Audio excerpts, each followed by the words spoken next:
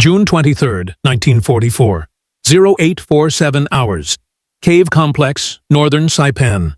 Private First Class Satoshi Kameda pressed his back against the limestone wall, listening to American voices echoing through the tunnel. His rifle was empty. His water had run out 2 days ago. The sergeant beside him was dead, a chunk of shrapnel having opened his skull during the last artillery barrage.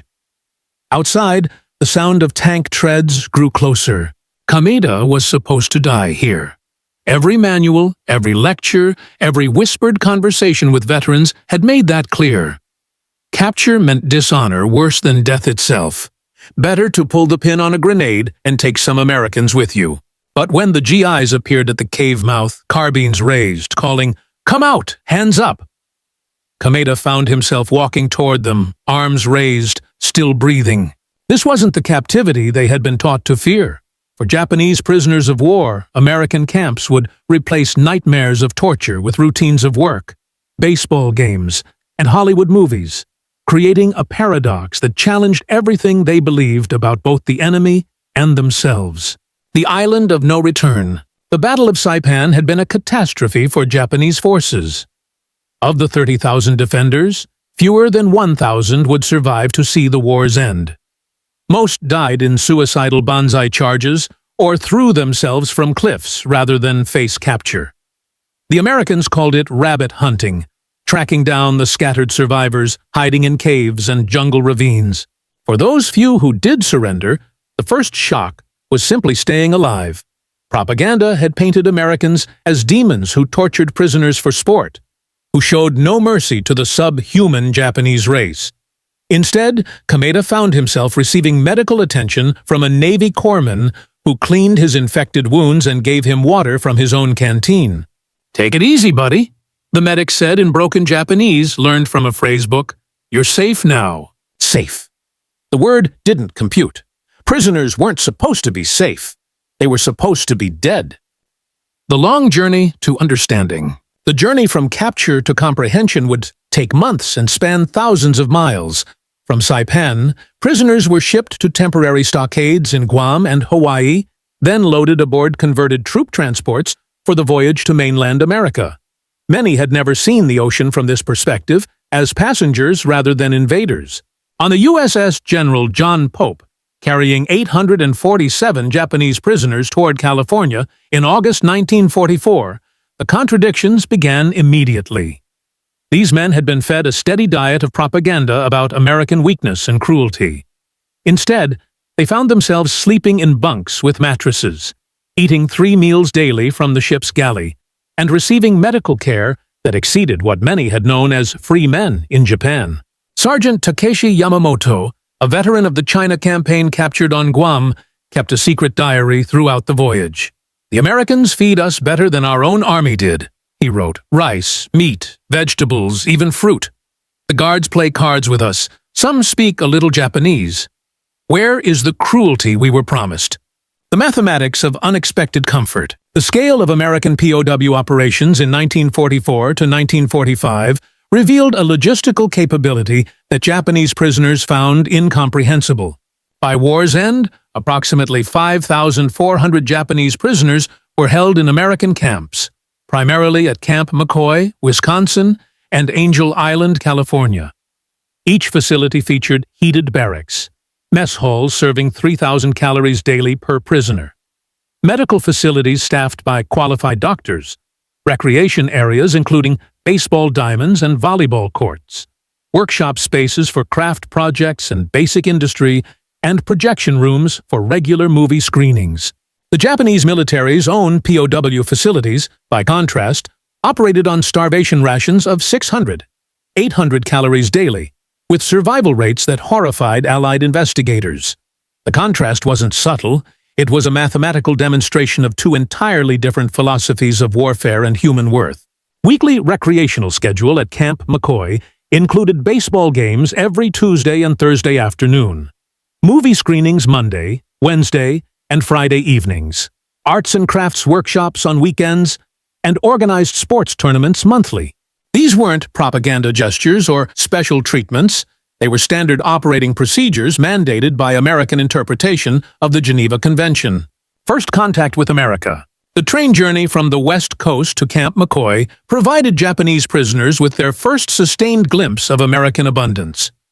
Through the windows of passenger cars, not cattle cars, but actual Pullman coaches, they watched a continental landscape that defied their understanding of wartime sacrifice.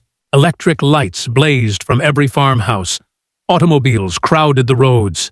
Cities sprawled beyond the horizon, their factories smoking with productive capacity. This was a nation supposedly brought to its knees by Japanese victories in 1941 to 1942.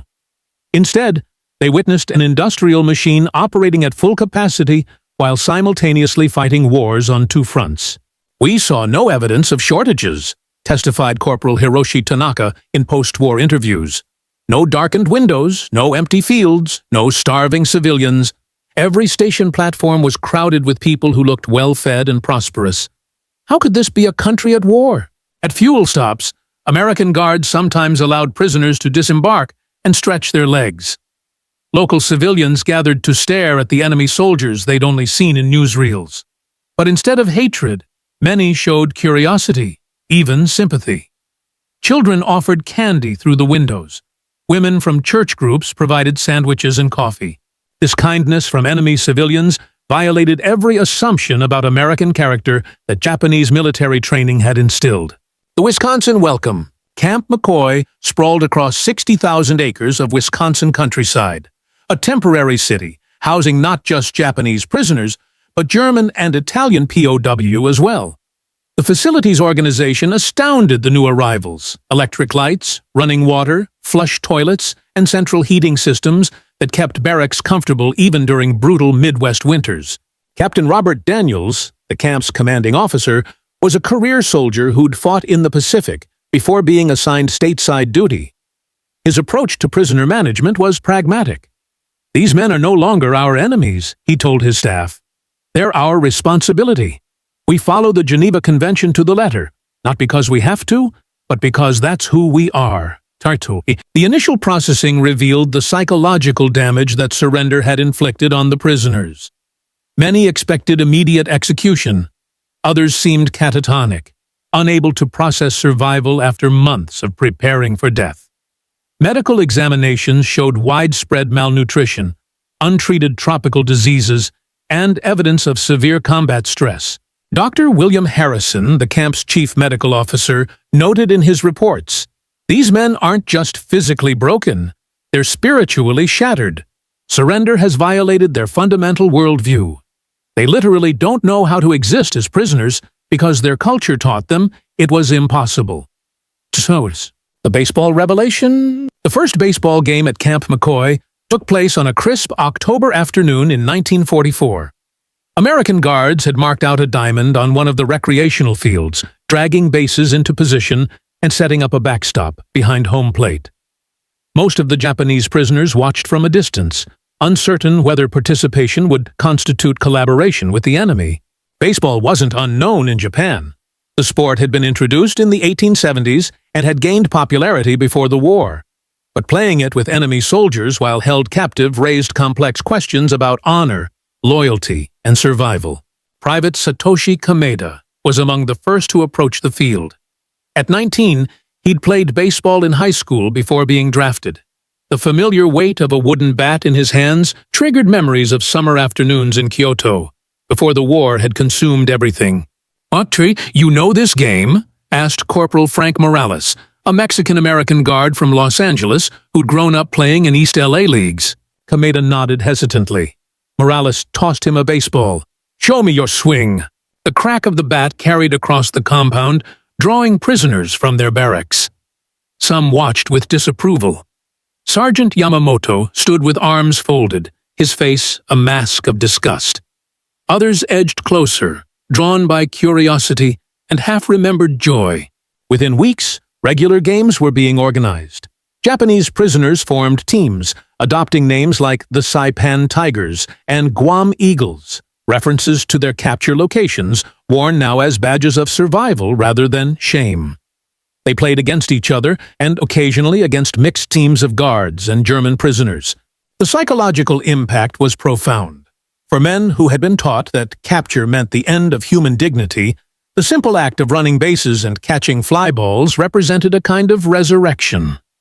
They were still alive, still capable of joy, still fundamentally human despite their circumstances.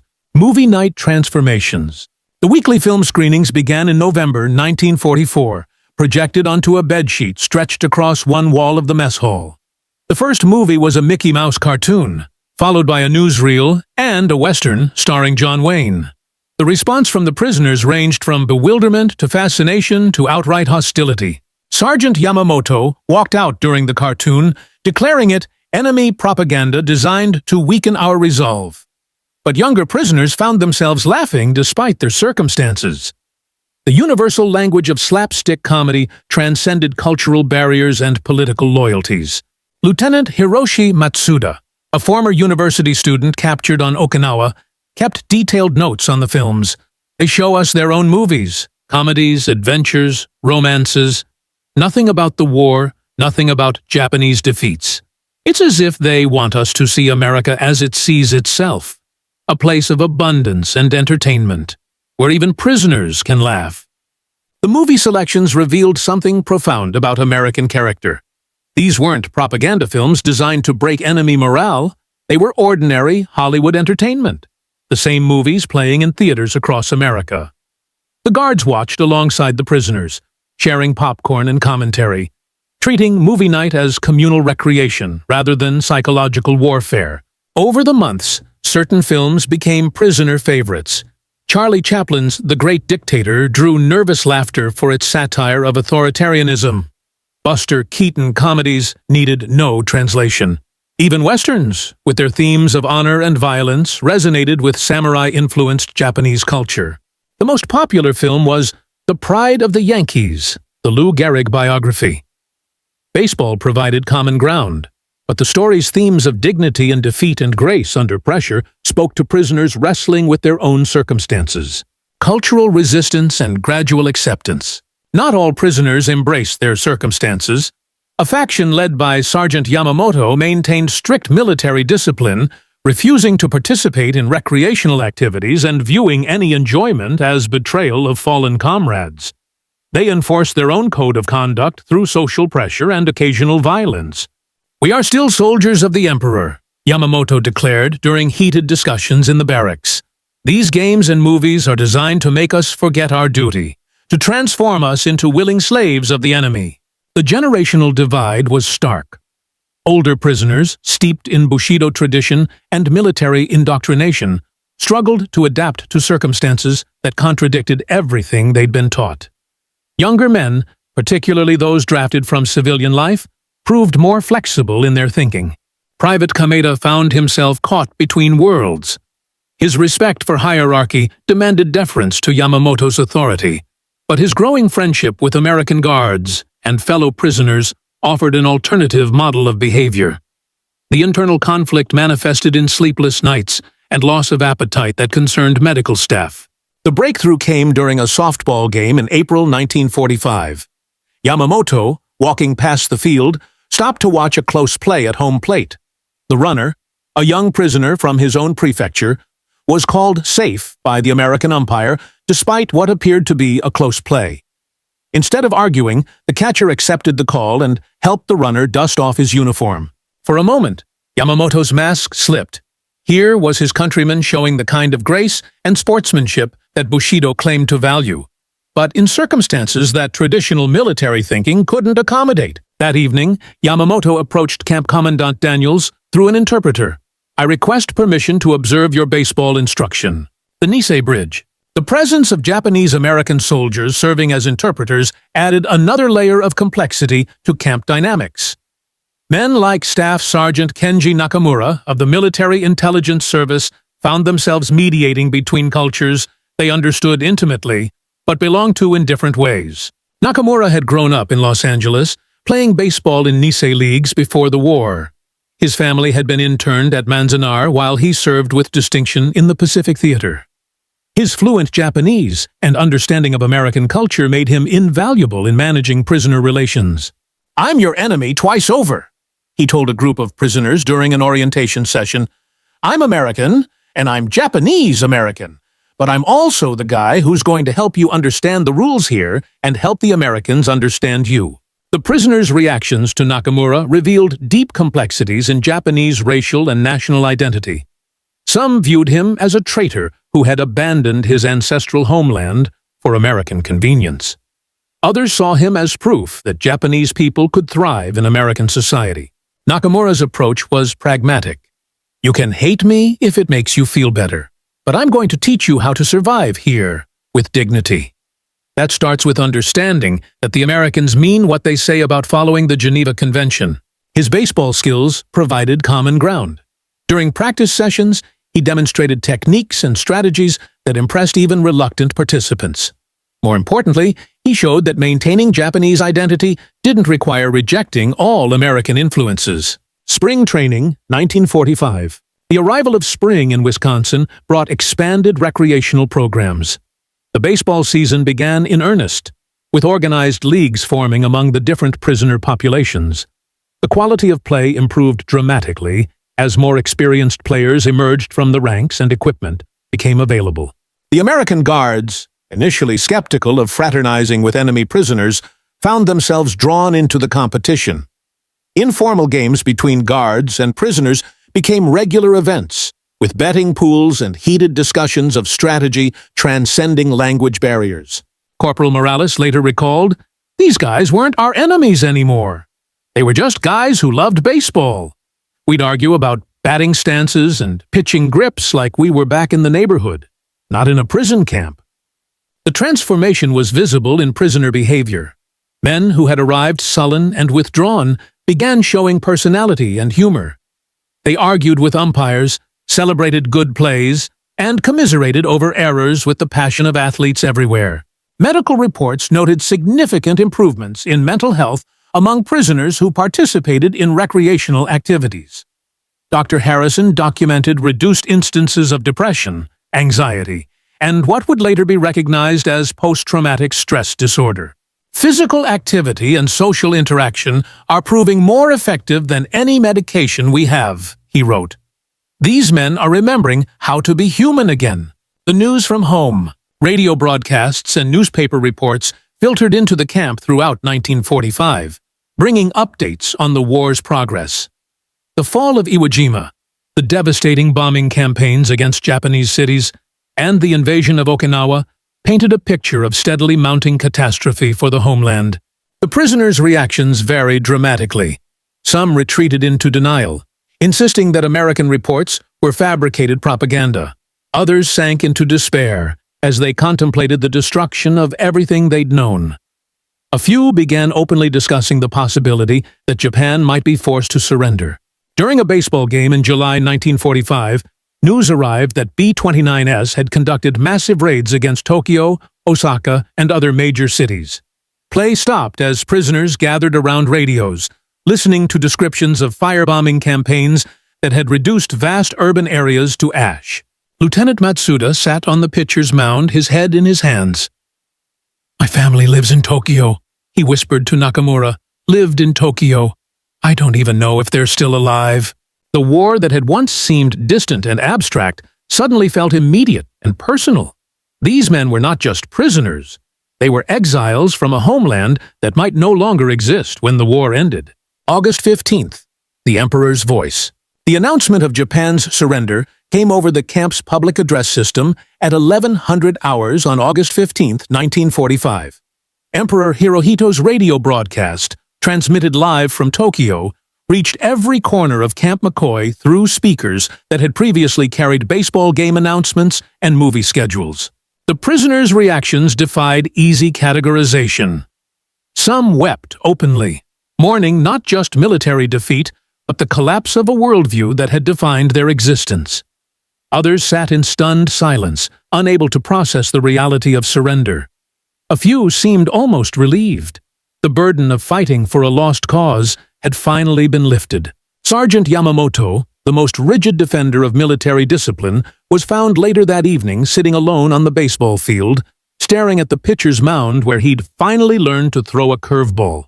When Nakamura approached, Yamamoto spoke without looking up. "For 3 years, I told these boys that death was preferable to surrender. That capture meant dishonor, worse than extinction. Now the emperor himself has surrendered. What do I tell them now?" The question hung in the air like incense in a destroyed temple, sacred assumptions reduced to ash by the weight of undeniable reality. The repatriation process. The process of returning Japanese prisoners to their homeland began in late 1945 and continued through 1946. Many faced the prospect of repatriation with mixed emotions, eagerness to see family and homeland, tempered by uncertainty about what they would find. The America they were leaving behind had challenged every assumption about enemy character and democratic weakness. They had experienced abundance in captivity that exceeded their freedom in wartime Japan. They had witnessed kindness from people they'd been taught to hate. They had rediscovered joy in circumstances designed to produce despair. Private Kameda, preparing for departure in December 1945, wrote a letter to Corporal Morales. "You taught me that enemies can become friends, that baseball is the same everywhere, that laughter translates all languages. When I return to Japan, I will remember that Americans are not demons, but people who love their families and their games, just as we do." The physical evidence of their transformation was unmistakable. Prisoners had gained weight, recovered from tropical diseases, and developed skills in crafts and trades that would serve them in post-war reconstruction. More importantly, they carried mental images that contradicted years of military indoctrination. Many took home American-made baseball gloves, gifts from guards who had become friends. Others carried photographs of movie stars whose films had provided escape from the reality of captivity. All carried memories of treatment that had preserved their dignity even in defeat. Returned to a shattered world, the Japan that greeted returning prisoners bore little resemblance to the homeland they'd left. Cities lay in ruins, the economy had collapsed, and millions faced starvation during the harsh winter of 1945 to 1946. The contrast with the abundance they'd witnessed in American captivity was stark and disturbing. Former Lieutenant Matsuda found his family among the homeless refugees camping in Tokyo's ruins. His parents had survived the firebombing, but their neighborhood had been completely destroyed. The small electronics shop his father had operated was nothing but rubble and twisted metal. "Tell us about America," his father asked during their first evening together in almost 2 years. "Were they cruel to you? Did they torture you for information?" Matsuda struggled to find words that would convey the truth without seeming like a traitor to his own country. How could he explain baseball games while Japanese civilians starved? How could he describe movie nights while his family had huddled in bomb shelters? "They fed us," he said finally. "They gave us medicine when we were sick. They taught us their games and showed us their movies. They treated us like human beings, even though we were their enemies." His father's silence spoke volumes. In a Japan where military honor had demanded death before dishonor, the concept of honorable captivity challenged fundamental assumptions about warfare and sacrifice. The baseball legacy. Many returning prisoners found ways to share their love of baseball with a homeland desperate for any form of hope and entertainment. Despite initial resistance from authorities who viewed the sport as foreign contamination, baseball began appearing in schools and neighborhoods throughout occupied Japan. Former Camp McCoy prisoners organized informal leagues, teaching American rules and techniques to Japanese children who had known only war and destruction. The sport provided a bridge between the traumatic past and an uncertain future, a source of joy that transcended political ideology. General Douglas MacArthur, commanding the occupation forces, recognized baseball's potential as a democratizing influence. American troops were encouraged to play with Japanese teams, fostering the kind of casual interaction that had proven so effective in POW camps. By 1950, professional baseball had been re-established in Japan, with many teams adopting playing styles and strategies learned by former prisoners in American camps.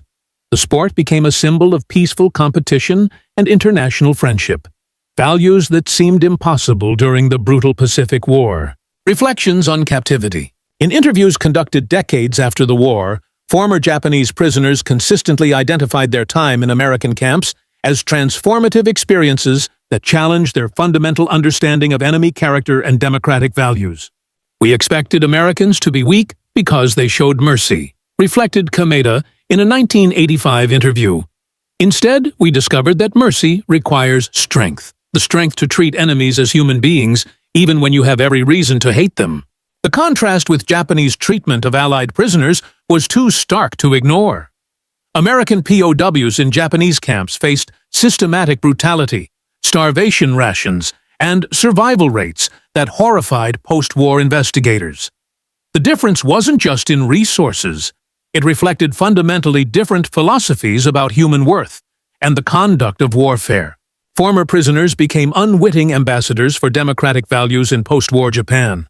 Their testimony about American treatment provided credible counter-narratives to militaristic propaganda that had portrayed the enemy as subhuman. Their experiences laid groundwork for the peaceful relationship that would develop between former enemies. The paradox resolved. The paradox that had confronted Japanese prisoners, receiving kindness from enemies they'd been taught to hate, ultimately revealed deeper truths about the nature of strength and civilization. The America they encountered in captivity was powerful enough to show mercy, prosperous enough to share abundance, and confident enough in its values to extend humanity even to defeated foes. This wasn't weakness disguised as strength, but strength confident enough to express itself through generosity rather than cruelty. The baseball games and movie nights weren't propaganda tools designed to break enemy morale. They were expressions of American character that valued human dignity even in wartime. For prisoners who had been conditioned to view surrender as the ultimate dishonor, discovering that captivity could preserve rather than destroy their humanity represented a philosophical revolution. They learned that survival without honor was possible, that enemies could become friends, and that some victories were achieved through kindness rather than conquest. The crack of the bat and flicker of the movie projector echoed through their memories long after repatriation, serving as reminders that even in war's darkest hours, humanity could prevail over hatred, mercy could triumph over vengeance, and former enemies could find common ground on a baseball diamond under Wisconsin stars.